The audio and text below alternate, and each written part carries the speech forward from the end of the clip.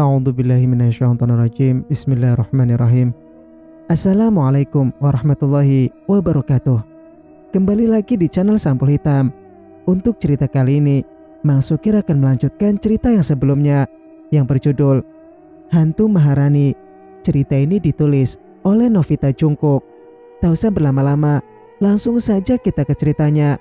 Selamat mendengarkan. Singkat cerita, penangkapan Pak Mu sudah dilakukan oleh para polisi. Kebetulan ada seorang polisi yang berteman dengan Andrew sejak mereka sekolah SMP. Benny, nama polisi tampan tersebut. Pak Mus terancam hukuman 20 tahun penjara.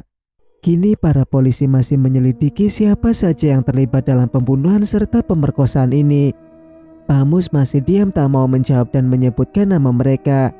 Andrew sangat kesal karena pria tua ini sangatlah keras kepala.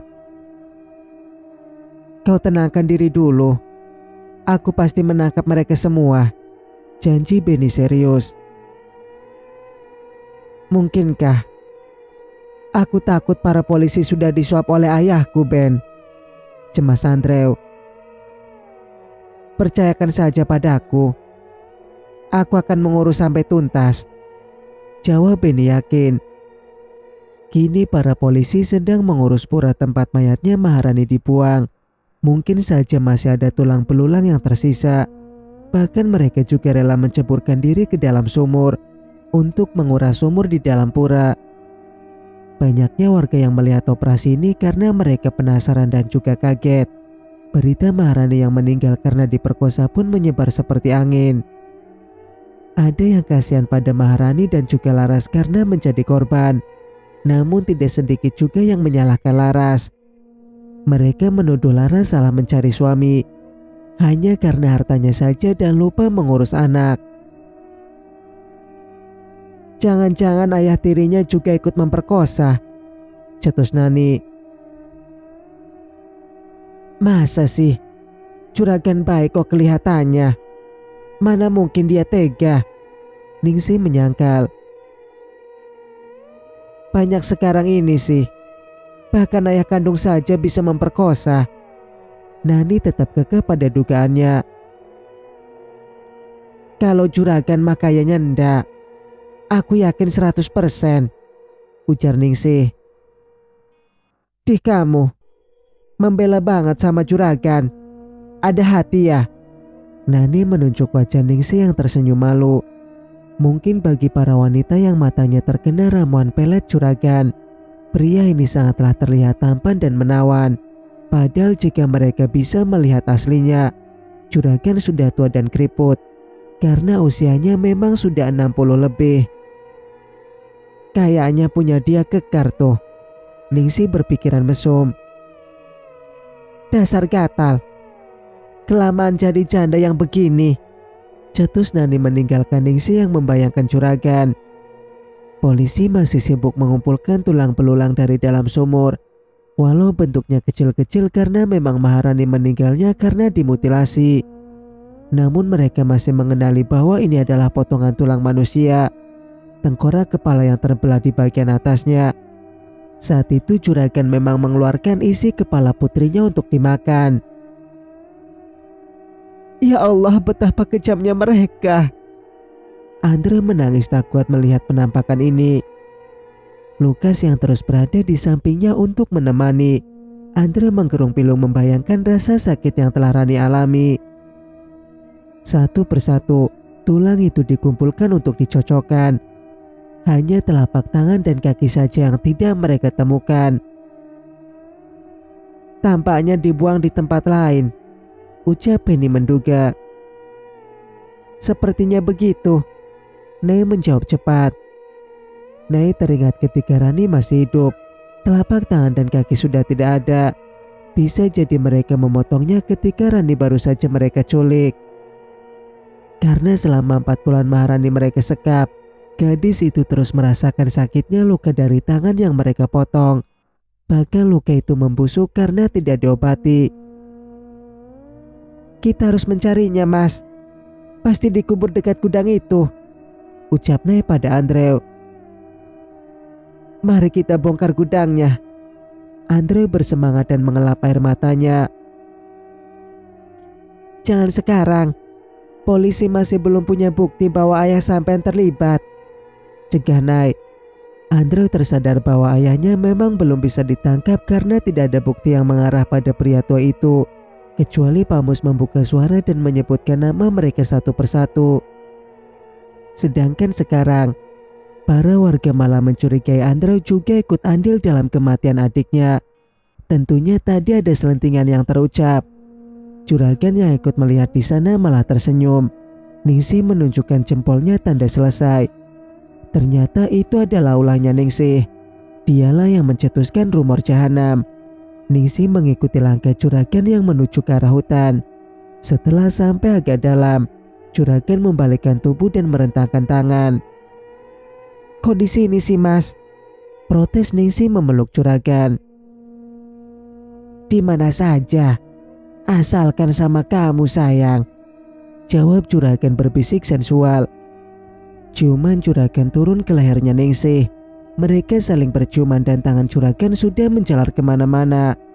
Tidak peduli bahwa ini adalah hutan, mereka menyatukan tubuh di tengah belantara. Enak mas. Ningsih merintih karena mendapat gesekan. Sepasang anak manusia yang tidak tahu dosa ini sedang mereguk nikmatnya kepuasan birahi saja, tidak memikirkan bagaimana dosa mereka di masa yang akan datang. Singkat cerita, Pak Mus termenung di dalam jeruji besi. Hidupnya pasti akan dihabiskan di penjara jika juragan tidak mengeluarkan dari sini. Namun bukan hal yang mudah untuk mengeluarkan Pak Mus, karena bukti sudah sangat jelas.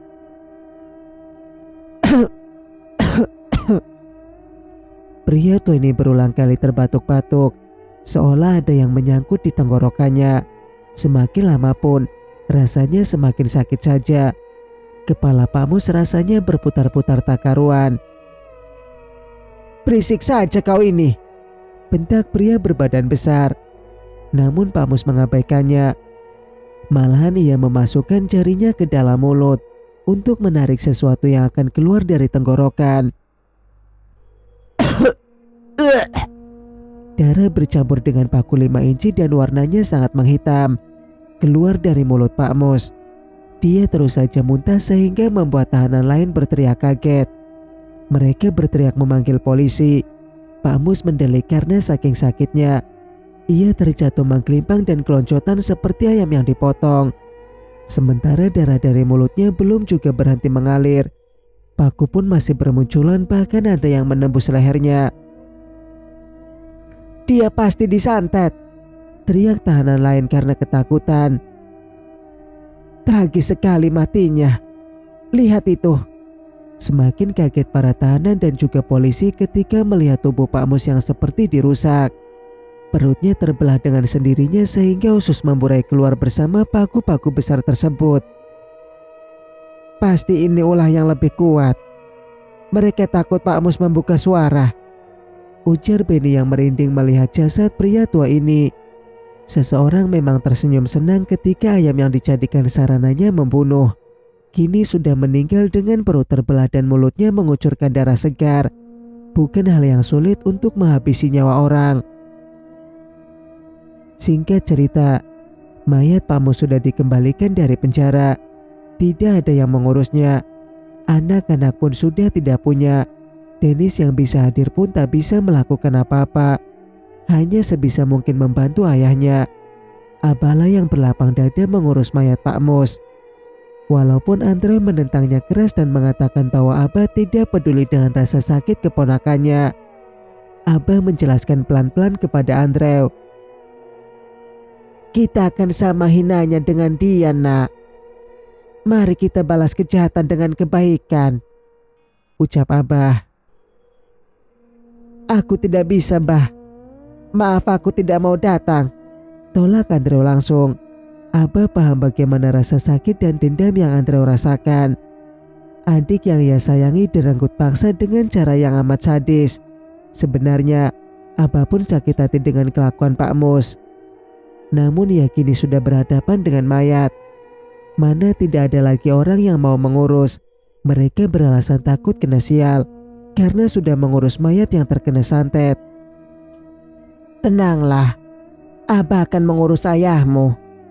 Abah memegang kepala Dennis. Dennis menangis memohon kepada Abah agar Abah mau mengurus mayat ayahnya. Mereka pun memandikan jenazah Pak Mus yang tidak karuan bentuknya.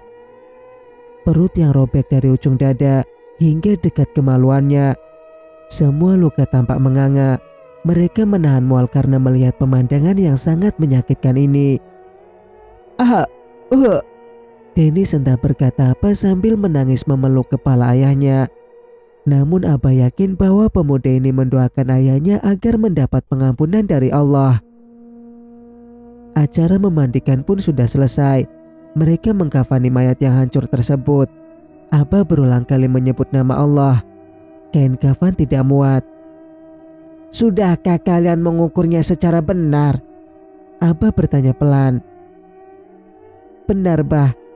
Bahkan kami tadi pun melebihkannya, jawab Joko. Cepat ambil lagi yang baru. Kasihan si mayat, suruh Abah. Abah membaca doa agar mayat tidak berulah lagi.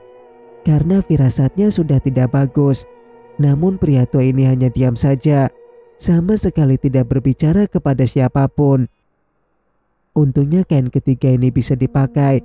Mereka cepat mengkafani dan tak sampai 1 jam segera selesai. Mereka membawanya ke masjid untuk disolatkan terlebih dahulu. Keranda ditaruh kiblat orang yang mensolatinya. Keranda berputar secara tiba-tiba tanpa ada orang yang menyentuhnya. Sontak kejadian ini membuat mereka kaget.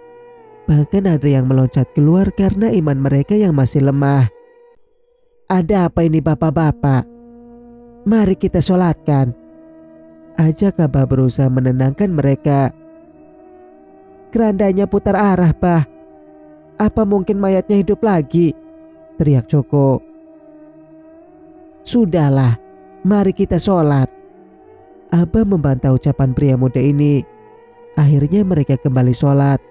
Walaupun agak ketar-ketir karena takut Pak Mus bangkit. Padahal tidak mungkin Pak Mus bisa bangun lagi. Secara kondisinya sudah serusak itu. Selesai disolatkan, mereka membawanya ke arah kuburan. Kuburan sudah siap digali. Perlahan mereka menurunkan mayat Pak Mus ke dalam lubang. Loh, kok ndak muat toh? Joko kembali heran dengan kejadian ini. Ya Allah, ampunilah segala dosa yang pernah beliau lakukan. Doa Abah tulus. Para penggali turun kembali ke dalam kuburan dan mulai menggali lagi. Sedikit menambah ukuran agar mayat Pak Mus bisa masuk ke dalam liang lahat. Setelah ditambah ukurannya, mayat Pak Mus kembali dimasukkan. Namun tetap saja tidak muat. Seolah bumi memang menolak jenazah pria tua ini. Bagaimana ini Abah? Masa kami menggali terus? Protes Wandi. Tolong ya Mas. Kita sambil berdoa kepada Allah, ujar Abah. Saya tidak mau lagi lah. Capek badan saya, tolak Wandi. Iya nih Bah. Mana tanahnya keras dan banyak batu. Mangsur ikut menimpali. Tolonglah sekali lagi ya Mas. Abah akan melebihkan upah untuk mengganti tenaga kalian, pucuk Abah. Ini bukan masalah upah Bah. Kami capek loh dari siang menggali tanah keras. Wandi tetap menolak walau Abah akan melebihkan upahnya. Santri Abahlah yang akhirnya turun tangan. Mereka menggali kuburan dan sedikit memanjangkannya lagi.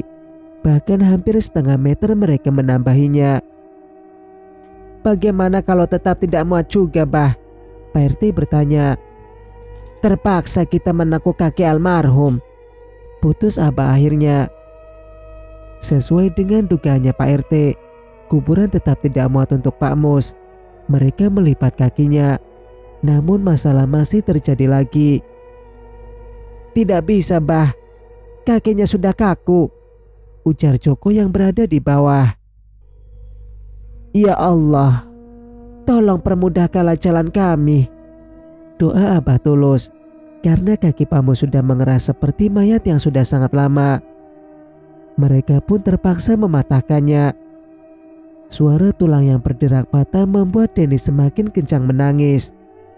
Karena lidahnya yang memang sudah dipotong oleh ayahnya sendiri, suara tangis Dennis pun terdengar cadel. Banyak orang yang mempertanyakan keadaan Dennis. Mereka tidak tahu nasib yang telah menimpa bocah ini. Apa beliau mempertanggungjawabkan dosanya Bu Julia? Kok susah banget mau dikuburkan? Bisik Mira mantan Bu RT. Bisa jadi. Konon suamilah yang harus mempertanggungjawabkan semua dosa si istri, jawab Nani. Berarti dosaku waktu itu Mas Yanto yang nanggung, ujar Mira. Bisikan mereka terhenti karena Abah menatapnya. Mereka tak berani kepada pria tua sesepuh kampung ini. Kembali fokus kepada mayat Pak Mus yang sudah mulai ditutup papan. Tiba-tiba saja Joko berteriak kesakitan karena diserang oleh sesuatu yang keluar dari dalam liang lahat. Yang menggigitnya adalah ular belang berwarna merah dan hitam. Ular, cepat naik Den. Wandi menarik Dennis yang masih terpaku. Anehnya Joko hanya mendapatkan satu gigitan.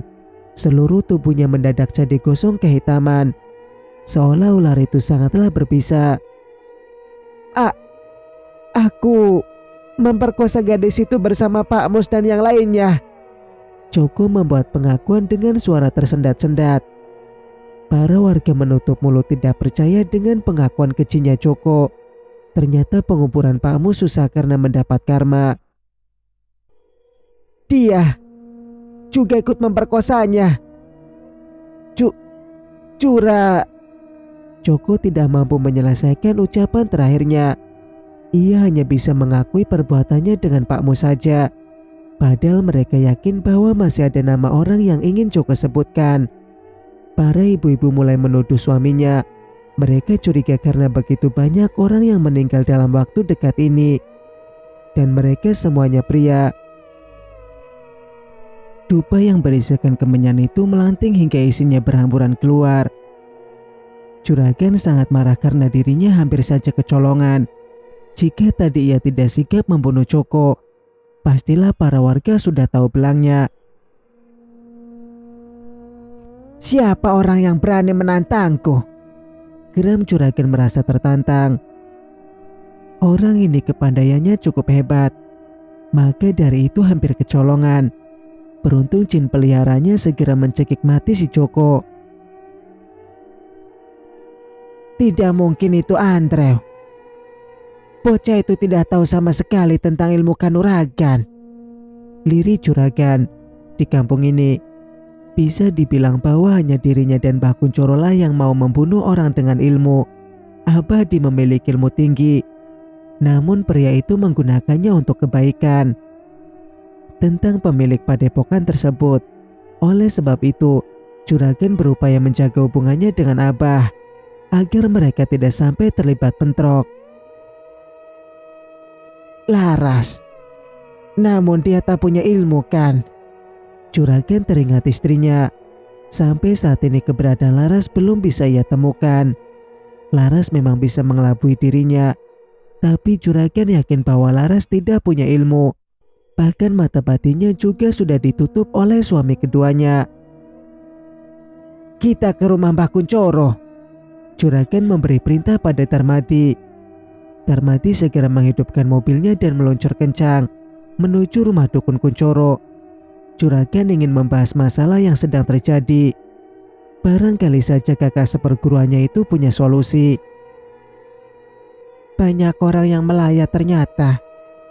Darmadi hanya bisa bergumam dalam hati ketika melihat orang-orang yang pulang dari kuburan. Sudah mengurus Pak Mus, kini warga langsung melayat ke rumah Joko. Pemuda itu meninggal karena dipatuk ular. Setidaknya para warga sudah percaya bahwa Joko meninggalnya dikarenakan hal itu. Darmadi meminta izin kepada juragan malam ini akan tahlilan ke rumah Joko. Bawakan 2 karung beras dari gudang, ujar juragan. Darmadi mengangguk. Jika orang yang tidak tahu bagaimana sifat asli juragan, mereka pasti menganggapnya malaikat karena terus membantu orang-orang. tidak pernah segan memberikan sumbangan jika warga sedang kesusahan. Sampailah mereka di rumah Juragan Kunchoro yang memang tampak sepi seperti biasanya.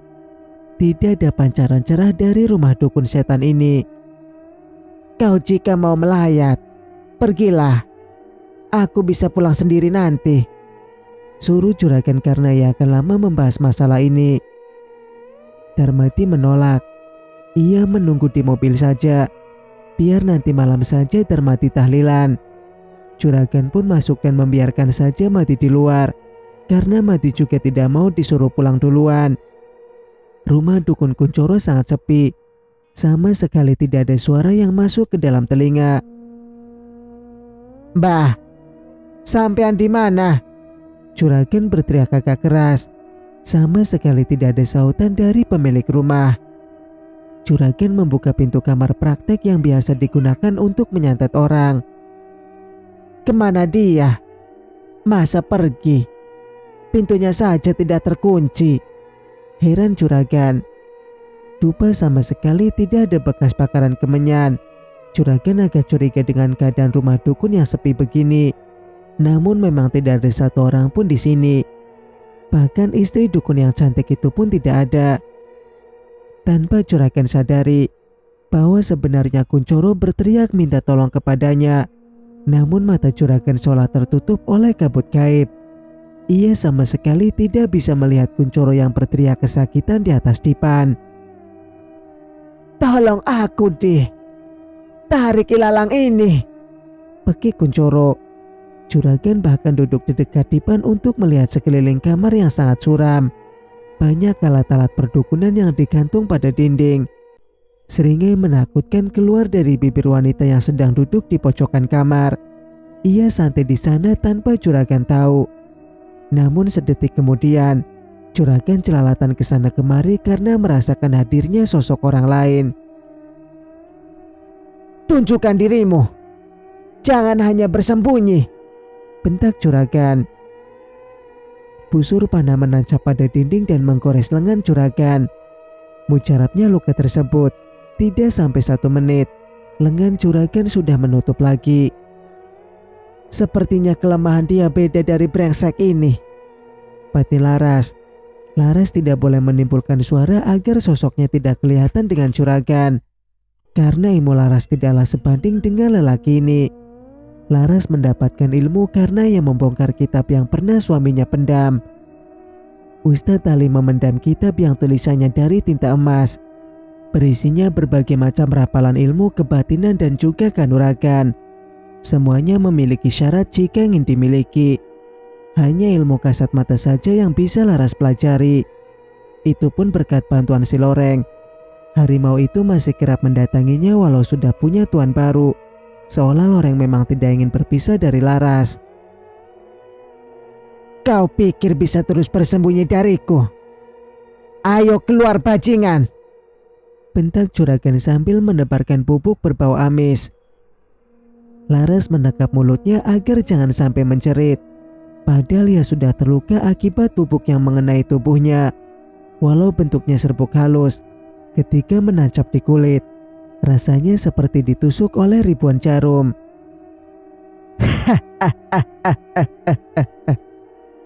"Ini Mas sayang. Ayo tunjukkan dirimu." Juragan tertawa sambil menebarkan bubuk di tangannya. Tidak bisa jikanya dia menghindari dari bubuk jahanam ini.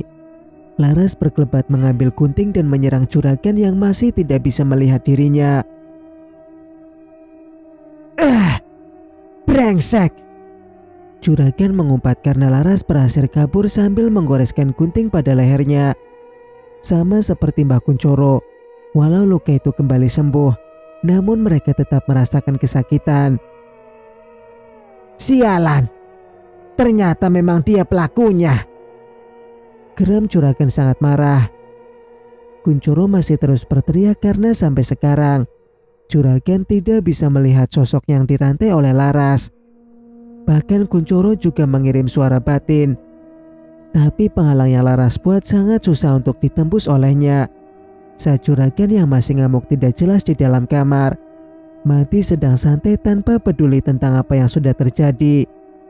Ia kaget karena tiba-tiba saja ada sebuah tangan yang memegang tongkatnya. Mati menatap keluar mobil. Memang sama sekali tidak ada apa-apa. Ketika Darmati melihat di sela kakinya, wajah hancur Maharani sudah menyembul di sana. Mati kaku tidak bisa bergerak. Tangan Maharani yang cuma tulang saja itu membuka resletingnya. Nafas Madi tersendat-sendat karena takut setengah mati melihat wajah Maharani. Mulut Rani yang sobek sampai telinga, dan matanya yang mencolor keluar seakan mau jatuh. Juragan keluar dari rumah Kuncoro dengan perasaan yang sangat kesal. Walau luka di tubuhnya bisa sembuh walau hanya sekejap mata, namun ia tetap tak terima karena dilukai oleh orang lain. Berulang kali kaca mobil ia gedor karena Madi tak kunjung membukanya. Semakin naik darah pria tua ini, kucing yang lewat pun menjadi sasaran amarahnya. Tak sengaja matanya melihat pohon duku di depan rumah Kuncoro. Terperanjat kaget karena Madi sudah tergantung di sana. Sopirnya meninggal karena gantung diri di cabang pohon duku. Tentu saja anggota tubuhnya sudah tak karuan. Bahkan Madi tergantung menggunakan ususnya yang terburai keluar. Sialan, anak itu semakin lepas kendali sekarang, geram juragan. Dia sudah tahu pasti bahwa ini perbuatan Maharani. Tak lupa ia segera meminta tolong pada orang-orang untuk menurunkan jenazahnya Madi. Ada yang muntah karena tak kuat melihat kondisinya yang sangat rusak. Apa sampean melihat pelakunya kan? Tanya warga setempat. Tidak mas, saya tadi ke dalam mencari Kuncoro, jawab juragan memasang wajah sedih. Juragan segera memanggil anak buahnya yang lain untuk mengurusi jenazah Madi. Mereka akan mengantarkan ke rumah orang tuanya, tentu dengan imbalan uang yang tidak sedikit. Seperti itulah cara kerja juragan. Apapun masalah yang menimpanya, pasti akan selesai hanya dengan uang saja. Sekali lagi ia masih punya uang, maka apapun bisa dilakukan tanpa resiko. Tinggal sekitar 5 anak buahnya. Juragan meminta mereka untuk tinggal dan menggeledah rumah dukun Kuncoro. Jiwanya tertantang untuk mengalahkan Laras. Tanpa ia tahu bahwa Laras sudah keluar dari dalam rumah untuk menghindari bentrok. Ia pasti akan kalah jika menghadapi juragan. Ilmu Laras tidak ada apa-apanya dibandingkan milik juragan Adi. Laras bisa menguasai ilmu tersebut hanya karena mendapat bantuan dari ayahnya juga. Terlebih ia mempunyai kelebihan sejak lahir, sehingga ia bisa melakukan ilmu yang didapatnya dari kitab. Cari setiap ruangan, sebarkan bubuk itu, titah juragan. Laras berlari sejauh mungkin agar tidak terkena bubuk itu lagi. Sekarang punggungnya saja terasa sangat menyakitkan. Sebisa mungkin Laras menahan suara. Keluar kau sialan, jangan hanya bisa bersembunyi saja, bentak juragan sangat marah. Sementara itu, Laras sudah berada di tepi sungai dan ingin masuk ke dalam rumah apungnya. Di kampung ini memang banyak rumah apung yang disewakan. Laras masuk ke dalam rumah dan menggerang kesakitan. Ya Allah, sakit sekali. Rintih Laras membuka bajunya. Bahkan baju Laras juga bolong-bolong di bagian punggung. Begitu dahsyat efek bubuk jahanam tersebut. Daging Laras tampak kemerahan dan mengeluarkan banyak darah. Laras berbaring telungkup setelah menyiramkan ramuan yang ia buat sendiri. Menangis dalam kesendirian karena teringat dengan kisah hidupnya yang amat pahit. Seolah tidak ada kebahagiaan sedikit pun yang ia alami. Masa bahagianya hanya ketika bersama Ustadz Ali. Itu pun hanya beberapa tahun saja. Laras kembali menderita setelah bersuamikan juragan. Putrinya pun harus mengalami nasib yang amat pedih. Kenapa engkau mengujiku sekeras ini ya Allah? Isak Laras. Mengingat bagaimana perjuangannya untuk bertahan hidup. Berkat bantuan dari Abah, Laras bisa selamat dari rencana pembunuhan suaminya. Saat itu Abah lebih dulu mengajak Sukma Laras meninggalkan tubuh. Oleh sebab itu, Juragan hanya membekap Laras sebentar dengan bantal, mengira bahwa Laras sudah meninggal. Ketika Laras akan dimasukkan ke dalam keranda, Abah memasukkan lagi sukma Laras. Bahkan Laras juga menahan rasa takutnya ketika ditimbun dengan tanah kuburan.